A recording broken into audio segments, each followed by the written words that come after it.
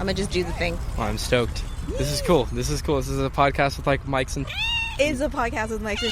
I know. It's pretty neat. Oh, can I say... I'm sorry. It's fine. We'll figure it out. Yeah. There might be like a meow in that spot. I'll just say stuff. Yeah. Things. Darn. Crud. Shucks. Shucks.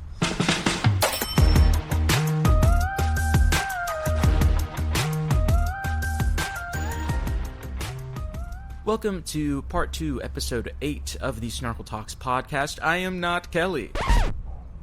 Wait, what? If you recognize this voice, I open up my content with "What's up, y'all? Olashimoko Kendama," so I hope you don't mind. Kelly's a little busy right now, so I have been given the reins to do the intro for this part of the episode. This episode mainly contains experiences that people have had in the Kendama community, the growth in the Kendama community, the relighting of the fire of specific communities, and in general, how Kendama has been a positive thing in people's lives. You're going to be hearing from the likes of Jacob from Kendama, Jake Weens from Grain Theory, and Cody Griswold and Sweets from Sweets Kendamas, as well as many other people. I was basically the beta tester for the audio setup that we had going on at Las Vegas, and that episode is on our YouTube channel, so go ahead and check that out. But having everyone use it during the event and all the conversations that were had and seeing those conversations being had was amazing, and I'm really excited for y'all to hear what everyone has to say. A little content warning, there is talks about spiders at this point somewhere in the podcast. Skip from 3 minutes 6 seconds to 6 minutes 8 seconds. And that's just a warning. If you don't like the talk of spiders, skip that. There's a lot of talk of spiders, and it might make you uncomfortable, and you might not like it, and that's okay. Just skip it. You don't have to be there for that. Anyways, with that warning being said, I will let Kelly and Jacob take it away with some of the conversations they had at LVKO. Enjoy! I absolutely appreciate you coming into this booth with me, which is also a in the middle of like this park in Las Vegas. Yeah, with lots of geese and frisbees flying around. Yeah, it's been amazing. Yeah, we're painting a scene for all of the listeners. There's like 80 Kendama players. There's some birthday party going on in a gazebo over to our right. Lots of geese and pigeon flying around, and some ice cream trucks. Some ice cream, some ice cream carts doing some honky things. Yeah, totally. Hi, I would love it if you could please say your name and how many legs should a spider have? My name is Brett Walters. Jake Weens. Matt Jorgensen. Sweets of Sweets Kendamas. Cody Griswold or Cody Grizz. My name is Hesh. Drew Sanger. Cameron Kennedy. My name is Leaf. Jacob Logan. Adrian Noriega. Kelvin Wong. My name's Nate Wilcox, and I think a spider should have 8 legs. You like the number of legs spiders have now? I mean, they have like 6 right now, from my understanding, but what if they have more? No, they have 8. They have 8? They have 8. Oh my gosh, I need to go back to school. I have no idea. Today I learned. Do they really have 8 legs? Yeah. Dude, what? A spider should, but is not limited to 8 legs. Is not limited to? No. Okay, so is it more scary the more legs there are? It just depends how much you're into legs. We don't kink shame here.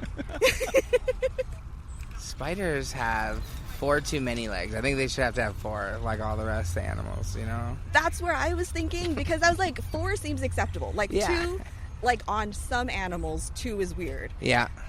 But 4 seems mostly acceptable. We were talking earlier with Jake and Jake. Like 10. 10 legs, no go. No go on the 10 legs. So that's where we lie right now on spiders. Nice. Yeah. I would say Jake was probably like the opposite. He wanted like a spider to have like 20 legs or something. So it can make even bigger webs and cooler designs. No. I like imagined it for a second. I was like, that would be awful. Whether it's 0 legs or 1,000,000 legs, it's too many because I don't want to think about spiders that hard. It's true. I don't. Okay. I have this one thought. It may not be the legs. It's the eyes. No, because you can't see the eyes. The eyes aren't rubbing on your leg when they're crawling on you. The eyes aren't accidentally in your mouth when one gets in you while you're sleeping. I don't know. there's some cute. There are the little tiny fuzzy jumping ones on Instagram can be cute, but if I was anywhere near one in real life, I would just not. No, I'm out. Yeah. I Just mean, out. I'm never gonna get that close to find out how cute they are. I mean, a spider needs, I guess, just two. If they're really just trying to make it. Like, if you're really... Yeah, maybe two. Two in the front, I think, is the bare minimum. If they were trying hard enough, they would survive with just two. Bipedaling, walking with 2 legs like a human, I think that'd be pretty freaky. But also, when I think of that, I think of like a massive spider, human-sized, walking on 2 legs. So I guess maybe it'd be cute if it's so small and just kind of trotting around. Just a little waddle. Yeah. Okay. With a little spider bite. Yeah. Okay. Now I want to draw that. I think a spider should only have 1 leg so it can't move around. Yeah. That's the best answer we've gotten all day. Yeah, it's only one leg. One leg. Just like stay. Yeah. You stay. Yeah. That I love that. Was there something that you were really looking forward to as we rolled into LVKO? This is my first one ever, so what I love about it is that there's a Dama event in Vegas again that everyone can like set their watch to and rely on it being a fun time with a lot of really epic people and a lot of community members who are ready to accept new people and show them their city. So Kendama was like born in Vegas for me a little bit, where I was when I was an entrepreneur. It's where I came and did a lot of my first like wholesale adventures and some of the first vending I ever did. When I was a competitor, Vegas was a place where I was competing as a person, not just like someone watching or judging. So I have a lot of memories in Vegas. I'm stoked to have a new event to create memories at. Oh, it's got a lot of history for you here. Yeah, a ton. That's amazing. How has the community, both the internet community, because you do the live streams now for a lot of these events, how has the community come together in different ways than you imagined with this broader reach that you have now? Yeah, I think with the live stream, I think what it really does is gives people who just maybe are afraid to go to events or afraid of competing. What the stream does, it gives them an insight that hopefully shows them that it's not as scary, it's not as intimidating, there's a lot of fun, there's a lot of camaraderie. And like on the stream, I'm meeting like this weekend. I think I met 5-6 people who I know by their Twitch username. I don't know their real name, but they've made it out to the event because they've seen so many of the streams that they want to come hang out. They want to make those memories, and it's the internet community is cool. But with events coming in person, it reminds us that that's really how you can connect. Because once we turn off our Zoom cameras, we go back to our own lives. But here, once we're done competing, we get to go have dinner together. We get to hang out in the hotel. Like those in-person moments are stuff you can't recreate on the internet. So this was my first time at an actual Vegas event. I've been in Las Vegas for Kendama adjacent things like Toy Fair and hanging out, but never actually been to an event. So just getting to see the local scene and see the support in this community going hard again was like what I was most looking forward to. Does it feel like a revival in a way?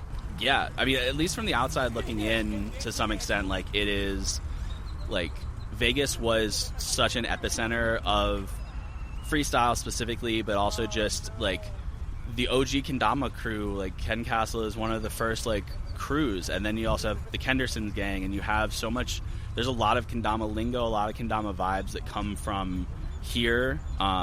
So obviously like scenes dip, but seeing it like come back harder, like there's more people at this jam than some like actual comps that I've been to around the world. So like yeah, people want it, you know? Yeah, and I love that the community, even from afar, shows up for it. Yeah, because they love it here also. Like Vegas is a destination. Yes, yeah. And they want to come here, and to be a part of the scene here and like feel involved with the community, the local community, is a different experience than going somewhere and just kind of like crowding a space that like you're taking over. Yeah, I mean, I feel like I don't fully know where everybody came from, but I feel like half the people, it was half local, half travelers this weekend, and that's like really sick. And everywhere we went, I think with Kendama, everywhere I go, I feel like I'm hanging out with homies anyway, but it felt extra hard this time because like there were, like we went to In-N-Out, and the lady behind the counter was like, "Oh, is that kendama?" And Suisse was like, "Yeah, do you want to try?" And she like ripped off her glove and landed spike first try. Like, kendama exists in this place heavy, and it feels like, I don't know, the energy is just good. Like, I love that it brings people from all over the country to Las Vegas to see what our community is all about. It's an amazing community. The turnout was so hype. Like, the electricity in the air was really palpable yesterday, and I loved that. Cool. Yeah. I'm glad to hear that. Yeah. I came out from Houston. Yes, and so I was really hoping to get to top 8. I did not expect to get to where I got to. I got second place. Yee! Congratulations! Yes. Thank you. Ooh, yeah, definitely hanging out with the Vegas homies and just seeing everybody. It's been so cool. But getting to film with Brett is probably the coolest part. Yeah. Is your kendama journey, it's grown pretty quickly, or has it been a long journey for you? Yeah, it's been a long journey for sure. I've been playing. I hit 9 years April 30th, so I'm getting super close to that. It's been a long journey. Yeah. You know, it's I played by myself for a super long time. It was 6 years before my first like actual comp. Yeah. And is that the first time you met other kendama, like the whole kendama community? Yeah, like other players that didn't like go to my middle school, you know? Yeah. Yeah, it was the first time meeting other players. Yeah. I love that we get to know each other through kendama and then learn about who we are as people. Right. And then we forget about, like, oh, you're an accountant. Yeah, it's not real. Everyone just is a bunch of nerds playing a bunch of skill toys, and we all love each other, and it's so great. It is. We are a bunch of nerds. It is. It's a lot of fun to get to actually be in person. Right. Like, I love getting my daily interactions with, like, my kendama friends online, but being able to, like, literally throw a rock at MJR right now and be like, hey, I gotta talk to you. Yeah, it's way more fun and way more exciting. Yeah. I think that's the nice thing about kendama is it's not like I'm walking into like a dinner party full of strangers who like could be totally different personalities, where like in kendama there's obviously different personalities, but we have a shared interest in kendama and a shared love for kendama that brings all of us together, obviously, for these big events. And so I think like even if I was in an environment where say MJR and Jack weren't here and I like didn't have any close friends through kendama, like I don't think I would have an issue like making new friends and like meeting new people. Yeah. As like a introvert who doesn't like to leave their house very often, Yeah. I love having these events because it does feel like I know everyone. Yeah. Even if they're new. Yeah. I know that somehow we're going to click in a really cool and different way than, say, like, my coworkers. Yeah. Right? Like, we play kendama for fun. And it is the thing that brings us joy. And so when we all get together, it's just joy. Like, we're all doing the thing we love to do in a space together. Totally. Has the community given you anything that has been really special or different than other places? Oh, too many things. That's such a hard question. Like, I am very lucky to have a space in kendama that not everybody gets to have, working for a company and getting to travel for kendama, not as a pro, but as like an employee and a person doing production to help share it. So a lot of people know who I am, and I might not know them yet, but that's like one of the coolest things to me is just people being excited to meet me, which sounds like so cocky and is not like the right way to say it, but like just we're already friends because of kendama, and I don't have to go through the awkward like walking up to you because you walked up to me thing, and then like, yeah, we're friends now, you know, like that's sick. Let's hang. Yeah, I love. I mean, it's sometimes still scary, but like if you have a kendama, I think that we'll probably get along. Yeah, definitely. And that is really special. Someone that's interested in kendama is someone that I'm interested in getting to know. So if I just always have a kendama on me everywhere I travel, then I'm going to be meeting interesting people everywhere I go. I think that It actually is how I found Kendama. It was a friend from England that was living in Australia that came and visited me in Las Vegas through rollerblading and introduced me to Kendama for the first time. So it's kind of been ingrained in Kendama for me since the beginning, like that it's a worldwide culture and it is travel, it is community, you know? Yeah, somebody yesterday also said that like Kendama helps them find their people. Like all of us kind of mesh together personality-wise, regardless of the other things in our lives that we do. Our personalities, our personhood, they all kind of vibe together in like a really cool way. Yeah. And I love that. Me too. It's the best part of Kendama. A shit ton of friends that I never would have ended up hanging out with or like meeting or going out of my way to meet. Especially like, you know, my teammates and Chad and everybody affiliated with Seoul. Yeah, I think you have this really lovely experience of having a family here. Your teammate, not just your teammates, but also just the people in the community and the Vegas community that turned out also are this like big support network for you. Yes. And I love that. My first real interaction with Kendama, with the Kendama community, really filled me. It filled me inside. That's going to sound funny later. But no, I've been in the skateboarding community. I've been in the punk rock and hardcore metal community. And there always seems to be some kind of chopping block or some kind of ladder that you have to climb to gain respect from people within those communities, which I do understand to a point. But I think the thing that really drew me into Kendama was whether I'm covered in tattoos or not, or if I've only got one arm. No one cares. You show up, we're gonna support you. And I think that was it for me. It was just like, I know I'm welcome no matter what. Every time I show up, even if it's people I've never met before, if you're holding a Kendama, you're immediately going to be my new friend. So yeah. I think that was what really drew me in. Community's given me a lot of confidence. Just with being on stage and emceeing, like, especially with like my style of play. Like whenever I was a professional player for Kusa, I struggled a lot with confidence because my play style was so different from like the current pro. And so there was lots of like, oh, like, why is this guy pro? But then there were people that like loved my style of play. And the more I've played like that and the more that I've just put that out there, the more love I've gotten for that style.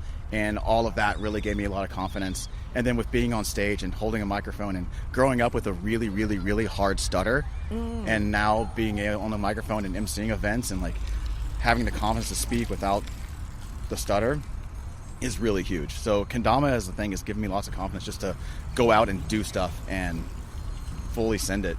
Yeah, the level of like just try, just jump, and they catch you in like a really beautiful way of support and acceptance in this space that feels so different. Yeah, I think from a lot of other spaces. Absolutely. Well, I went to Spokane, like PN Dub, last fall, and I had nowhere to stay. Like the homie that I was gonna stay with just completely bailed on me and like left me on the street. And then some random Spokane homie just came and scooped me. And I stayed at his house, and his mom made me waffles, and like she gave me coffee, and it was so cool. That's amazing. They took care. Yeah, so like definitely the connections, just the friendships. Everybody here is an amazing human being. Yeah. I love the immediate like support that you get when somebody shows up and is like, you're doing a cool thing or you need help. I got you. Yeah, and it's like no questions asked. Like they just like take care of you. Like, oh, I love these people so much. I do too. I'm just constantly reminded, like no matter what day of the week it is, something happens where I'm reminded in how the business I've created and the community that I've helped grow, the Kendama one, has affected people's lives. And whether for good or for bad or for indifferent, like it's touched people's lives and led them down certain paths. And that's a lot more people than I believe. You know, when I go to the mall and I meet a kid who, you know, I knew 12 years ago, and he tells me he's doing something because of what we did with Kendama back at his school, or you know what I mean? It's things like that you think would stop happening, but every day there's something that reminds me, and it's Kendama. It's the people I meet. It's the memories that we create, and it's just those things every single day remind me of how awesome this thing is that we have. Yeah, being able to touch people's lives that you may only tangentially know is so impactful.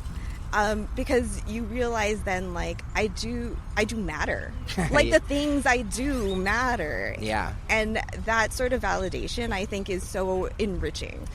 Yeah, it's tough as a business owner, too, because you don't always get that. You know, Kendama's unique, where we get to have those feelings from the people that are our users, that are, you know, are also the people that we sell to. But it's more than that. A lot of people, when we go to events or when we vend at toy shows, they're not living that life, you know. They're just selling a widget to people, but Kendama is so much more than that. The support has been overwhelming. Yeah, the validation that, like, we're doing a good job and the community appreciates us is really vital, and, like, also keeping the momentum of doing the thing. Mm-hmm. And so, like, that cycle of, like, appreciation and then, like, giving is something I love. Yeah, it's extremely motivating. Yeah. Like, when I see that somebody is satisfied with, like, a Ken that I made, or they're stoked about it, just as stoked as I was making it, it's the most motivating thing. And it's just something I didn't expect, because I never had that outlet to make something and then have somebody excited about the thing I made. And now I do, and it's just a whole new world to me, so I'm just really lucky. Yeah. We did this squawk box, and we didn't know how it would go. And everybody who has stepped in has been like, I can't believe you made this. And the validation of, like, I can't believe we made this either. Like, it's worthwhile.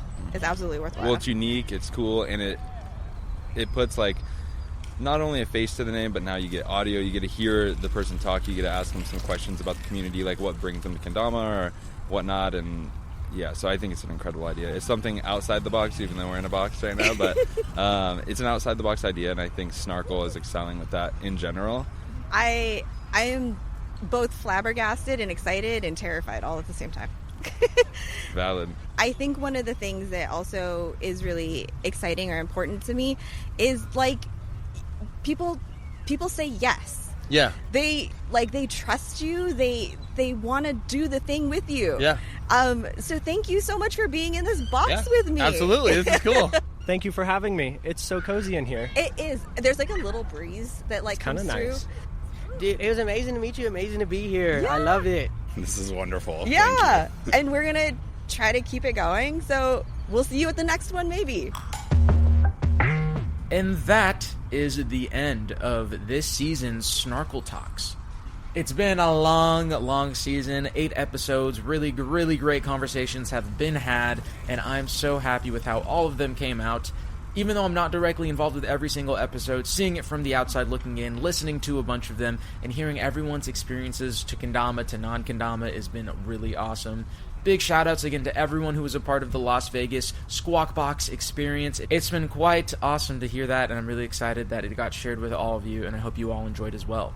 Speaking of which, the next place we'll be at is going to be in NACO this year. So if you want to hear yourself in one of these episodes, go ahead and show up to NACO. We want as many people involved in the Squawk Box as possible. So go ahead and show up. It's going to be great. It's going to be a good time. Kelly's going to be there. I might pop in. It's going to be dope. If you want to keep up to date with what we're doing with the Squawk Box or what we're doing in general at Snarkle Rocks, make sure to follow our Instagram at snarkle.rocks on Instagram and to follow whatever platform you are listening to this podcast at. Everything and anything goes a long way in supporting us, and we'd really appreciate that. I cannot wait for the next season to come out, and we will see y'all then. Thank you. Bye-bye.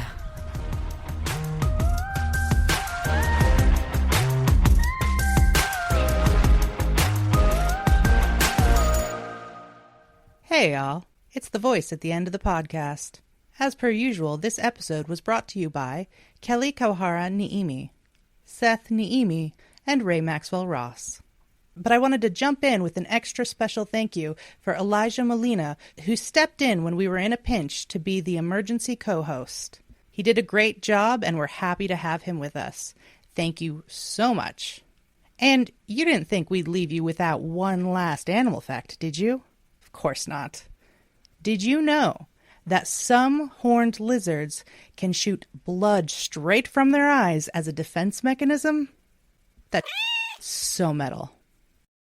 Is it just me, or you also you're also excited for season 2, right? I'm really excited. You should be excited too, because I'm excited. You know what I'm saying? You should be really excited. I can't wait for the season 2 to come out. You know what I'm saying? It's really good, right? Right? Make sure you're here for season 2. You know what I'm saying? Yeah, right? Yep. You should be here for season 2. You should be updated. Keep posted. Yep.